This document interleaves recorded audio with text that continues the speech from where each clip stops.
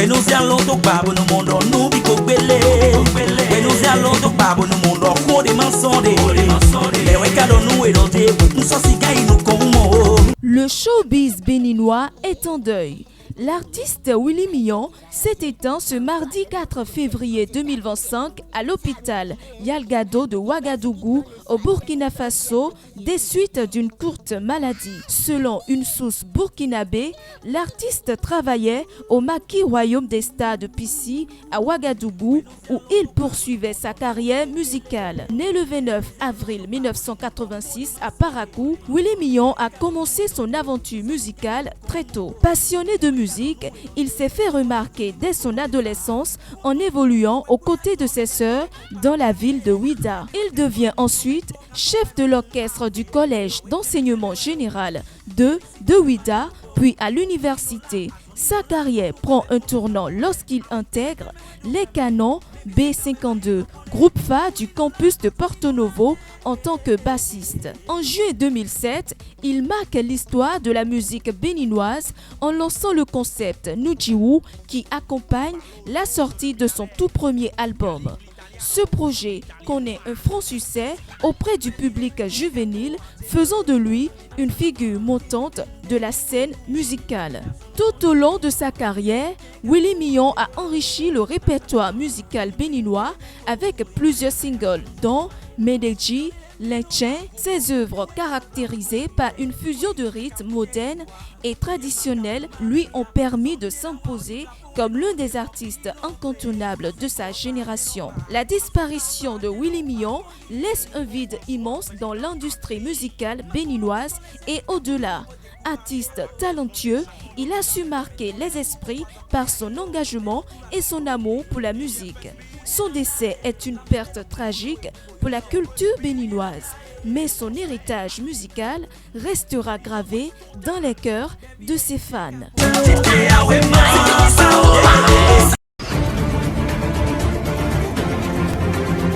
Chaque année, près de 10 millions de personnes meurent du cancer dans le monde. Le cancer est la première cause de mortalité chez l'homme et la deuxième chez la femme.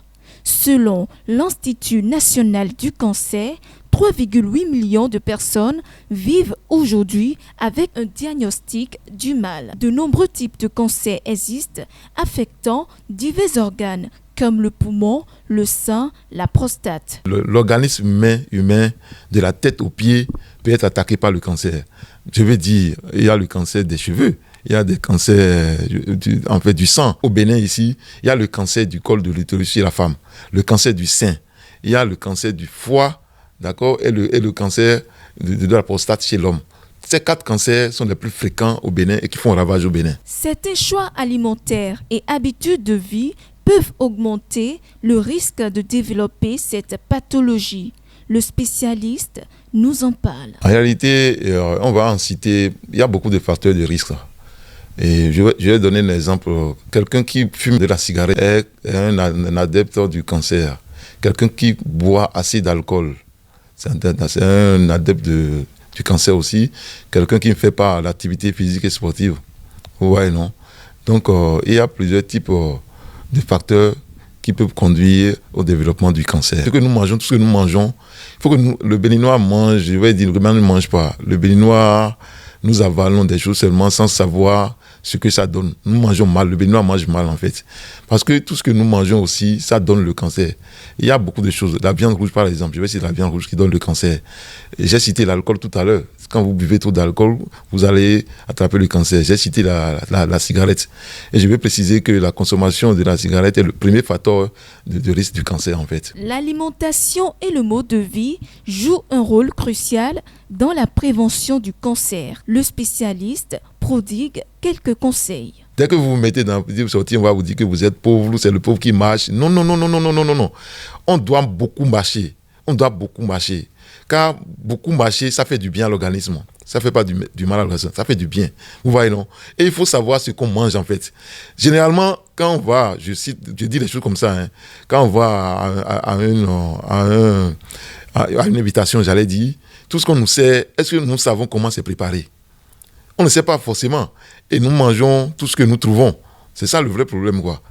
Donc on doit savoir ce qu'on mange. Forcément, on doit savoir ce qu'on mange. Parce que tout ce qu'on mange ne fait pas du bien à l'organisme.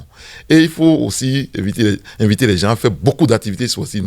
En fait, je mets un accent sur ça parce que l'activité sportive constitue en fait la prévention pour l'être humain en général. En fait. Mangeons sain, c'est quoi? On dit mangeons bio. C'est vrai que mangeons bio c'est quand même cher. Mais il faut que nous y arrivons. Parce que tout ce que nous mangeons aujourd'hui, c'est ça qui cause quand même... ça détruit notre organisme. Et c'est pour ça que le cancer, il y a la prolifération du cancer au Bénin aujourd'hui. Prendre soin de soi au quotidien contribue non seulement à prévenir le cancer, mais aussi à améliorer la qualité de vie en général. Il peut y avoir 1000 raisons de renvoyer un élève. Une école n'est pas un lieu, un full tour, voyez-vous. C'est réglementé, il y a des comportements, des démarches, n'est-ce pas, qu'il faut observer. Entre autres, la fois dernière, nous étions portés vers les élèves, aussi bien des troisièmes que des terminales, pour leur dossier d'examen. Vous convenez avec nous que les examens sont nationaux. C'est organisé par une structure hiérarchique. Et nous sommes là que pour exécuter.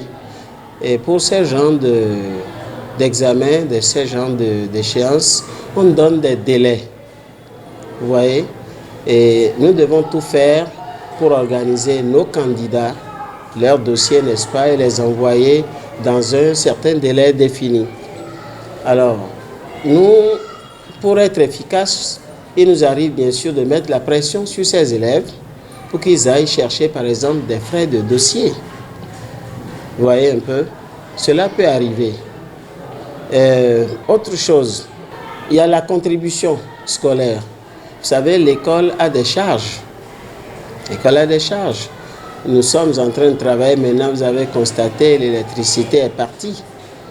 Alors, si vous apprenez qu'un collège aussi phare que Bégamin n'est plus illuminé pendant des semaines, des mois, c'est vous-même qui allez venir ici demander qu'est-ce qui se passe. Cet argent, ce ne sont pas les usagers que nous sommes ou les autorités de la maison, ce n'est pas nous qui allons sortir de l'argent de notre poche pour aller faire face à ces charges. Voyez-vous, et bien d'autres dépenses, bien d'autres charges qui pèsent sur le collège. Si nous ne faisons pas des entrées, nous ne pourrons pas faire face à tout ça. Le parent qui sait que son enfant doit aller à l'examen cette année doit prendre les dispositions utiles, à prêter par exemple l'argent, les frais d'examen, les frais de dossier, les frais de contribution et autres charges qui incombent à la famille. Si je vous dis par exemple que des enfants jusqu'à aujourd'hui, ce jour où vous m'interviewez, des enfants n'ont pas encore déposé leur dossier faute d'acte de naissance. Qu'est-ce que vous allez me dire? Si nous ne jouons pas notre rôle comme il le faut, le moment venu, ce sont les mêmes parents qui vont monter au créneau pour trouver des raisons faciles qui auraient fait que nous avons retenu les dossiers de leurs enfants, nous n'avons pas voulu qu'ils aillent à l'examen, alors que nous-mêmes, nous sommes sous contrainte. Voyez-vous, je vous avançais des raisons. Je vais vous avancer une troisième. Vous voyez, exprès, j'ai mis, vous voyez, ça là, nous sommes à l'école. Qu'est-ce que ces âmes-là viennent faire? De l'âme blanche. Qu'est-ce que ça vient faire ici? C'est juste quelques-unes que je vous présente. C'est des élèves qui amènent tout ça ici. Nous ne formons pas des djihadistes au CGB Gamin. Qu'est-ce qu'ils viennent faire avec ça? Si l'enfant vient ici avec ses armes, c'est pour faire quoi? Alors, voilà des raisons que je vous avance. Il y a le comportement indécent de certains enfants, inacceptable. Et lorsqu'il y a des situations pareilles, je crois que vous êtes d'accord avec nous qu'on convoque des parents, qu'on renvoie l'enfant pour recevoir ses parents et discuter de ce genre de choses. On ne peut pas renvoyer un enfant pour le plaisir de renvoyer. C'est pour régler quelque chose pour la bonne marche de l'école, pour la vie de l'enfant, pour l'avenir de l'enfant. L'autre souhait est de demander à ces parents-là qui vont vers la presse à tout vent de cesser de vilipender le système. Le système est organisé. Nous ne sommes pas là pour agir dans n'importe quel sens nous le voulons. Il doit y avoir des raisons profondes du genre de ce que les quelques-unes que je viens de vous avancer. Alors, le parent responsable, c'est à lui de se rapprocher de nous pour comprendre les raisons profondes, n'est-ce pas, qui sous-tendent ces actions, échanger avec. Nous sommes des êtres humains ici aussi.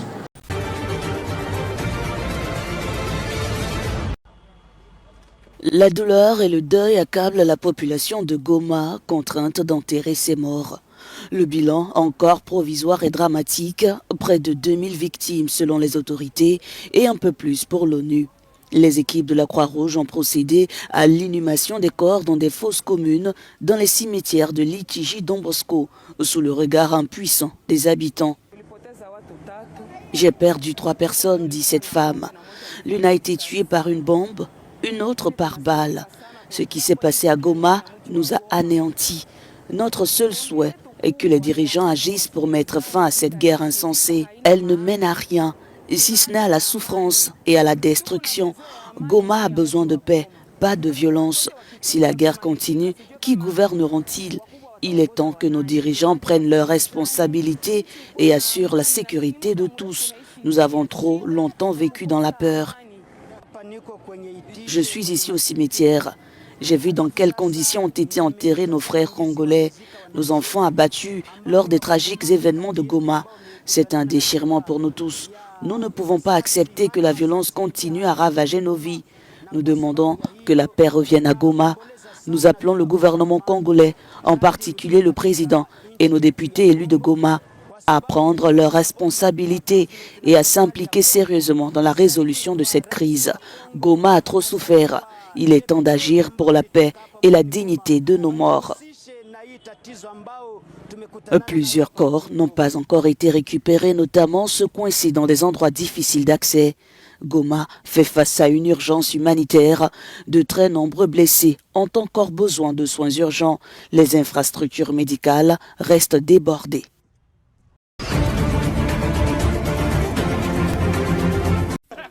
Cyril Ramaphosa et Elon Musk se sont entretenus sur la polémique autour des politiques foncières en Afrique du Sud.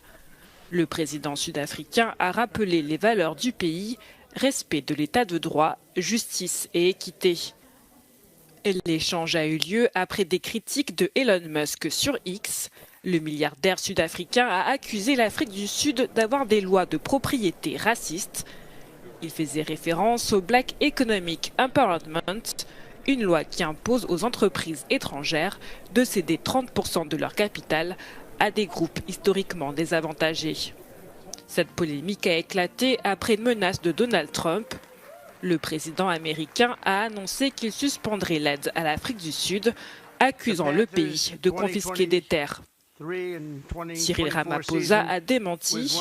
Il a assuré qu'aucune terre n'avait été saisie et que la réforme visait une redistribution plus équitable.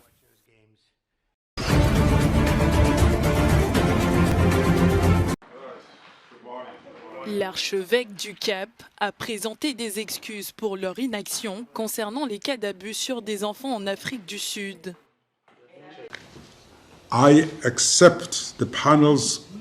J'accepte sans réserve les conclusions du jury. Je reconnais que pendant la période où Smith était au Cap, le peuple de Dieu a été exposé au risque d'abus de sa part.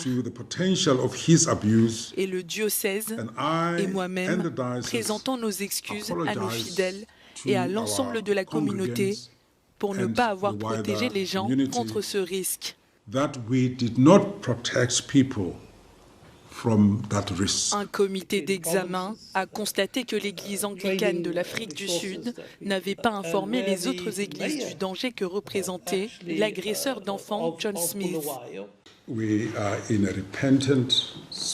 Nous sommes dans un esprit de repentance. Nous ne sommes pas combatifs et nous disons que cet agresseur en série expatrié a eu le peuple de Dieu, du moins ceux qui sont connus au Royaume-Uni, et qu'il y a eu un décès au Zimbabwe.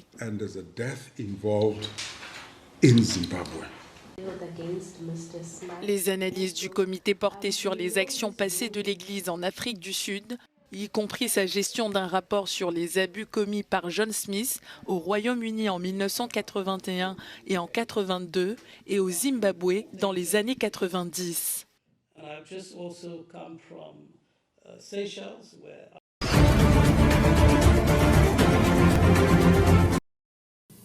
Le ministre turc des Affaires étrangères, Hakan Fidan, a rejeté fermement la proposition de Donald Trump de déplacer les Palestiniens en Égypte et en Jordanie. Avec son homologue égyptien Bader Abdelhati, il a rappelé que le problème est né du déplacement forcé des Palestiniens et a insisté sur la nécessité d'une solution à 2 États. Le problème palestinien a commencé avec le déplacement des Palestiniens. Alors que nous défendons l'idée que pour résoudre ce problème de manière permanente, il faut accorder aux Palestiniens le droit à un État sur leur propre terre et mettre fin à ce conflit par une solution à 2 États. Proposer une alternative contraire signifie en réalité mal lire l'histoire. La Turquie se dit solidaire de l'Égypte et refuse tout exil forcé des Palestiniens. Hakan Fidan a aussi alerté sur une possible reprise de la guerre à Gaza après la libération des otages israéliens. Il a aussi annoncé que son pays a accepté 15 prisonniers palestiniens libérés dans le cadre du cessez-le-feu, sans donner d'informations sur leur identité.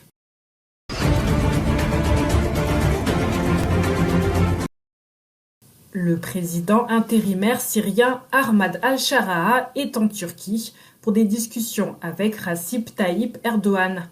L'objectif, relancer l'économie syrienne et aborder les questions de sécurité.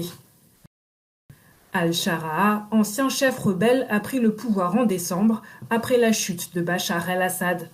Son accueil à Ankara a été discret, contrairement aux cérémonies officielles habituelles.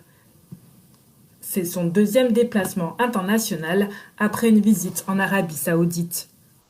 La Turquie, alliée clé du nouveau régime, soutenait l'opposition à Bachar el-Assad pendant la guerre civile. Mais elle considère les forces kurdes du nord de la Syrie comme une menace. Ankara fait pression pour leur retrait et appuie des groupes armés qui combattent les forces démocratiques syriennes. De son côté, Mazloum Abdi, chef des FDS, a récemment rencontré Al-Shara à Damas. Avec l'aide de médiateurs, ils discutent d'un compromis sur l'avenir des Kurdes en Syrie.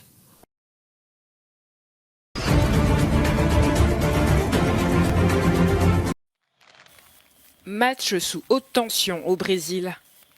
Lundi soir, à l'occasion du championnat de football régional de Sao Paulo, la rencontre entre les équipes Novo Horizontino et Corinthians a été interrompue par une épaisse fumée envahissant le terrain.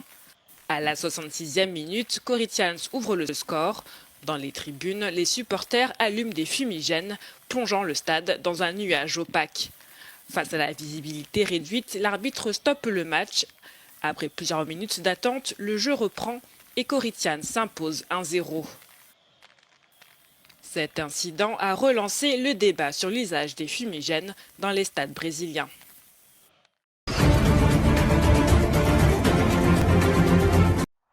Entre la Chine et les États-Unis, le bras de fer s'intensifie. À partir du 10 février, Pékin imposera des droits de douane de 15% sur les importations de charbon et de gaz naturel liquéfié américains. Des taxes douanières de 10% seront également appliquées aux importations de pétrole américain et à certains véhicules en provenance des États-Unis, en réplique à l'entrée en vigueur ce 4 février des droits de douane américains ciblant les produits chinois. Outre la mise en place de ces mesures, la Chine a annoncé avoir déposé plainte contre Washington auprès de l'Organisation mondiale du commerce, dénonçant les intentions malveillantes des États-Unis. Dans son viseur également, Google. La Chine a indiqué ouvrir une enquête contre le géant technologique américain qu'elle dit soupçonné d'avoir enfreint sa réglementation anti-monopole.